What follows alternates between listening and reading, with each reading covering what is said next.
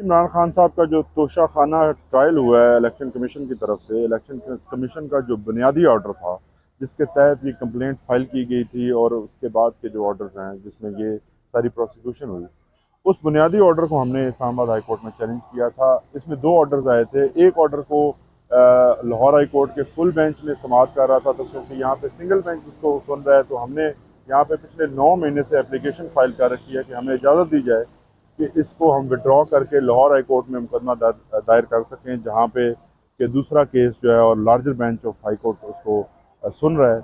लेकिन अनफॉर्चुनेटली हमारी जिस दिन की डेट फिक्स हुई है उस दिन उसको या तो कैंसिल कर दिया गया है या रीलिस्ट कर दिया गया है। तो एक बार फिर हमने एप्लीकेशन दी थी कि इसके ऊपर फैसला, क्योंकि बहुत ज़रूरी है, क्योंकि ये भी एक मेंटेनेबिलिटी के ग्राउंड्स में से एक ग्राउंड है जिस केस के अंदर इमरान खान साहब को सज़ा हुई है। तो आज 13 सितंबर के लिए अदालत ने इसको फिक्स फरमाया है। बड़े होपफुल हैं हम कि हमें विड्रॉल की इजाज़त मिलेगी और हम इस पटिशन को भी जो है लाहौर हाई कोर्ट के सामने रखेंगे और वहीं से एक यूनिफाइड फैसला आएगा। और उम्मीद ये है, क्योंकि बाकी तो दीगर तमाम चीज़ों के अंदर लाहौर हाई कोर्ट ने रिस्ट्रेनिंग ऑर्डर जारी कर रखा है कि इमरान खान के अगेंस्ट जो है किसी किस्म का जो एक्शन है वो ना लिया जाए। लेकिन हम देखते हैं कि ना सिर्फ एक्शन हो चुका है बल्कि जो ट्रायल है वो भी कंक्लूड कर होकर सज़ा पे अमल दरामद हो गए। खान साहब इस वक्त जेल में हैं। तो ये सारी ऐसी टेक्निकल चीज़ें हैं जिनको मद्देनज़र रखना चाहिए था अदलिया को भी, मतलब अदालतों को, लेकिन हमने देखा कि ये नहीं रखा गया। उम्मीद यही करते हैं कि इस बार जो है वो हमें फिर से मायूसी का सामना नहीं करना पड़ेगा और 13 तारीख को हमें जो हमारी एप्लीकेशन है विड्रॉल की, हमें विड्रॉ करने दिया जाए। अच्छा, सर ये बताइएगा कि ये क्या मुहलसात होते हैं पीछे केस को डिले कर देना या पेंडिंग में डाल देना या कैंसिलेशन में डाल देना, तो क्या वजूहत होती है? देखिए, इन सब की मल्टीपल वजूहत हैं।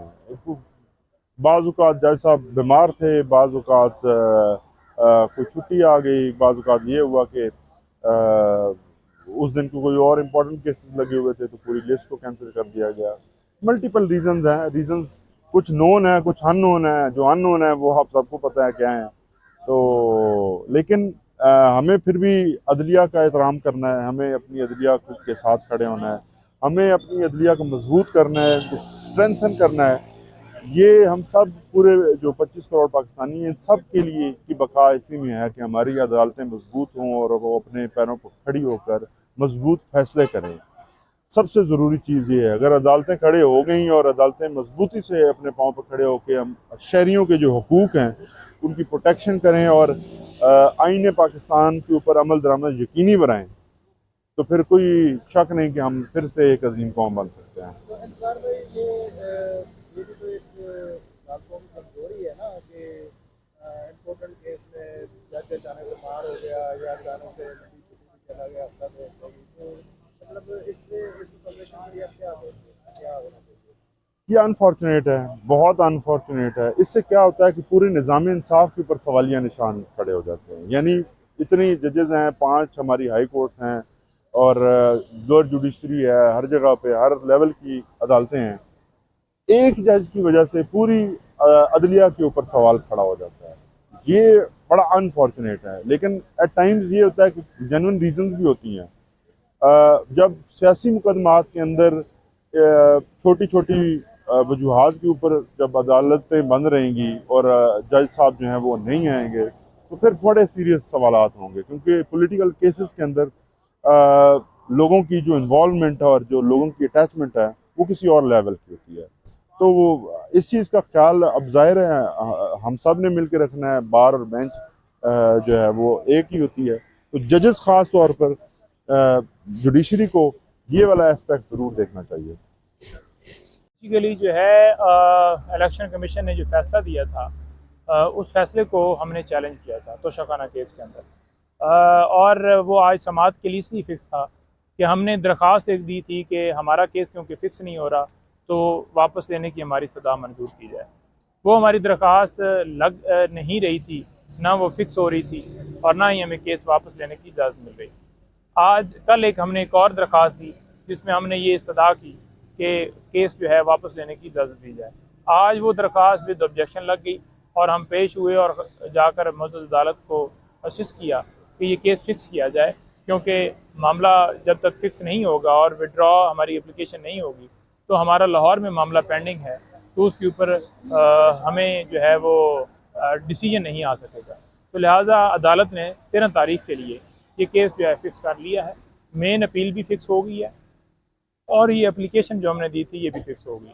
अब 13 तारीख को इसके ऊपर देखते हैं क्या प्रोसीडिंग होगी, और हम इसमें यही इस्तदा करेंगे कि हमें वापस लेने की हमारी सज़ा मंजूर की जाए। नहीं भाई, आपने उस दिन भी हवाला दिया था जरदारी साहब के केस का, और ये भी था कि ये केस में अगर उनको मतलब रिहाई मिलती है तो अदर किसी केस में उनकी गिरफ्तारी जो अमल में नहीं लाई जा सकती। देखें, ये तो आपके सामने वाज़ह है कि अगर एक केस में गिरफ़्तारी होती है तो उसी टाइम के ऊपर वो अगर बंदा गिरफ़्तार है तो दूसरे केस में गिरफ़्तार नहीं किया जाएगा, ये तो मैंने वाज़ह बताया। अब दूसरा पॉइंट ये है कि अगर एक बंदा जो है वो गिरफ़्तार हुआ है और उसकी ज़मानत हो गई है 15 दिन बाद, ठीक है, और आप 15 दिन पहले जो है वो डेट डाल देते हैं गिरफ्त, वैसे तो ज़मानत हुई है 25-26 दिन बाद, लेकिन मैं 15 दिन बाद इसलिए कह रहा हूँ क्योंकि इन्होंने 15 तारीख को जेल के अंदर गिरफ्तारी डाल दी थी साइफर में, और 16 तारीख को रिमांड भी जो है इन्होंने कंटेस्ट किया और रिमांड जो है वो जुडिशल रिमांड कर दिया गया। तो लिहाजा अगर वो गिरफ्तारी जो डाली गई पहले वो बिल्कुल गैर कानूनी गैर आइनी है, उसके अंदर कोई लीगल चीज़ नहीं है, क्योंकि उसके लिए इन्फॉर्म करना होता है आपने बंदे को, जिस बंदे को आप गिरफ़्तार करते हैं। तो ना खान साहब को कोई इन्फॉर्मेशन थी कि मुझे गिरफ़्तार कर लिया गया है, क्योंकि इसके ऊपर आइन का आर्टिकल 10(1) जो है वो वाज़ह है कि अगर आपने किसी बंदे को गिरफ़्तार किया है तो उसको बताना है कि आप इस मुकदमे में गिरफ़्तार हो, डिटेल्स फराम करनी है, इन्फॉर्मेशन फराम करनी है, वहाँ पर ये लिखा होगा, और अगले 24 घंटों में पेश करना है मुतल्लिका कोर्ट में। ना खान साहब को बताया गया, ना खान साहब को किसी मुकदमे में जो है वो पेश किया गया। ठीक है जी, जो बात यह है वो वाज़ह कर रही है कि किस तरह से ये एक खुफिया कार्रवाई की गई, जो कि हमें कल रिकॉर्ड से मज़ीद पता चला है, और किस तरह से ये सारा प्रोसेस किया गया। जी। अच्छा, मुझे बताइएगा खान साहब के हवाले से अपडेट दीजिएगा। एक तो खान साहब जेल में कैसे हैं और क्या कर रहे हैं, दूसरा जो उनकी सिस्टर है रीमा खान साहब, उनके हवाले से बताइएगा क्या उनकी मुलाकात हो पाई, अगर हो पाई तो सर उसमें क्या मतलब। देखिए, खान साहब माशाल्लाह बुलंद उनका मोराल है और बड़े ज़बरदस्त अंदाज से वो जो है अपनी जेल जो है वो काट रहे हैं, वो बड़े डटे हुए हैं, बड़े हौसले में हैं, और वाज़ेह तौर पर उनका पैगाम है कि मैं कभी ना झुकूँगा, ना मैं किसी जगह के ऊपर कंप्रोमाइज़ करूँगा, ना मैं पाकिस्तान छोड़कर बाहर जाऊँगा, मैं पाकिस्तान के अंदर रहूँगा। जो अफवाहें फैलाई जा रही हैं कि खान साहब ने कंप्रोमाइज़ कर लिया है, वो सारी आप अंदर से जो है वो वहम सारे निकाल दें। खान साहब इस वक्त अटक जेल में मौजूद हैं। अटक जेल के अंदर खान साहब का ये होना और एक बब्बर शेर का होना, और अटक की आवाम जो है वो इस वक्त जो है वो खान साहब के साथ वहाँ पर इतनी ज़्यादा जो है इस बात की उनकी मोहब्बत हो गई है कि जिस टाइम ये रिज़ल्ट आएगा वो वाज़ह कर देंगे कि किस तरह से एक बब्बर शेर यहाँ से होकर गया था। और ख़ान साहब जो है वो किसी तरह से लेट डाउन नहीं हुआ, किसी तरह से खान साहब जो है वो ये नहीं हुआ कि बिल्कुल जो है वो तंग पड़ गए हैं या थक गए हैं या वो ये कह रहे हो मुझे निकालो। खान साहब ये कह रहे हैं कि मुझे बेशक 1000 साल रखें, इससे ज़्यादा तकलीफ़ात में रखें। आज भी उन्होंने मैसेज भिजवाया है अली ज़फ़र के ज़रिए कि आप बिल्कुल वाज़ेह तौर पर बताओ कि कोई मेरी जो है कंडीशन के ऊपर ना करे कि मुझे किस कंडीशन में रखा हुआ है, वो जिस कंडीशन में मर्ज़ी है रखें। मैं जो है इस हकीकी आज़ादी के लिए, अपनी कौम के लिए हर तरह की कुर्बानी देने के लिए तैयार हूँ और कभी अपने मकसद से पीछे नहीं हटूँगा।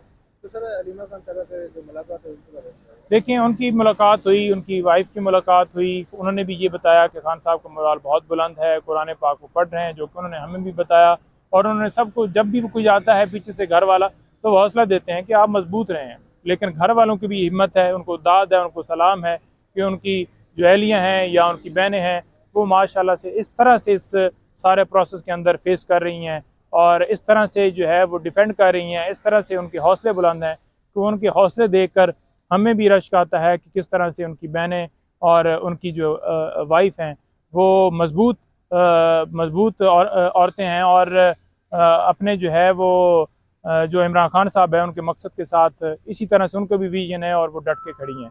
हालांकि आप देख लें कि बीबी साहिबा जो हैं वो एक बापर्दा खातून है और उनको रोज़ाना नोटिस भिजवाए जा रहे हैं, कभी जो है वो भेजती है जी पुलिस भेज रही है, कभी जो है वो भेज रही है जी नैब भेज रही है, जिनका कोई सियासत से ताल्लुक़ ही नहीं है।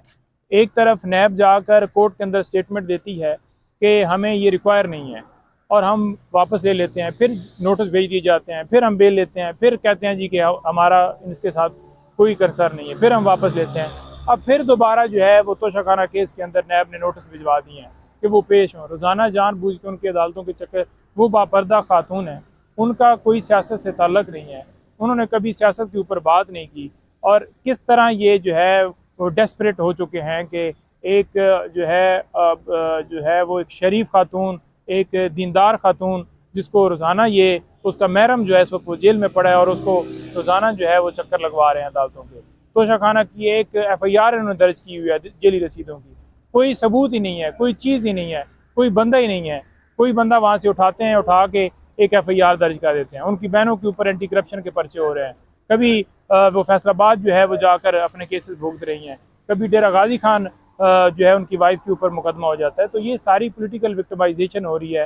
खान साहब और खान साहब की फैमिली, उन सबको जो है वो जो है हरास किया जा रहा है, उन सबको जो है विक्टिमाइज़ किया जा रहा है और सिर्फ अपनी जो है वो मकसद पूरा करने के लिए कि किसी तरह से उनकी फैमिली या खान साहब टूट जाएं। लेकिन ये इनके वहम है, खान साहब हों या उनकी फैमिली हो, कोई बंदा टूटने वाला नहीं है, या उनकी लीगल टीम हो।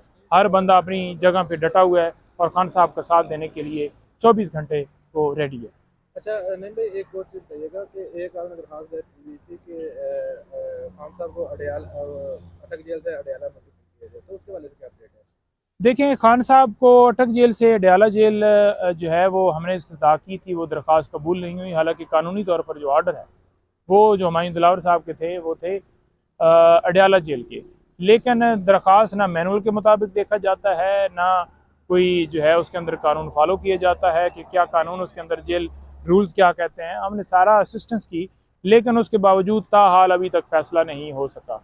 और खान साहब को इसलिए उधर रखा गया है क्योंकि वहाँ पर जिस कंडीशन में रखा गया है, ये कंडीशन सिर्फ वहाँ पर अवेलेबल है।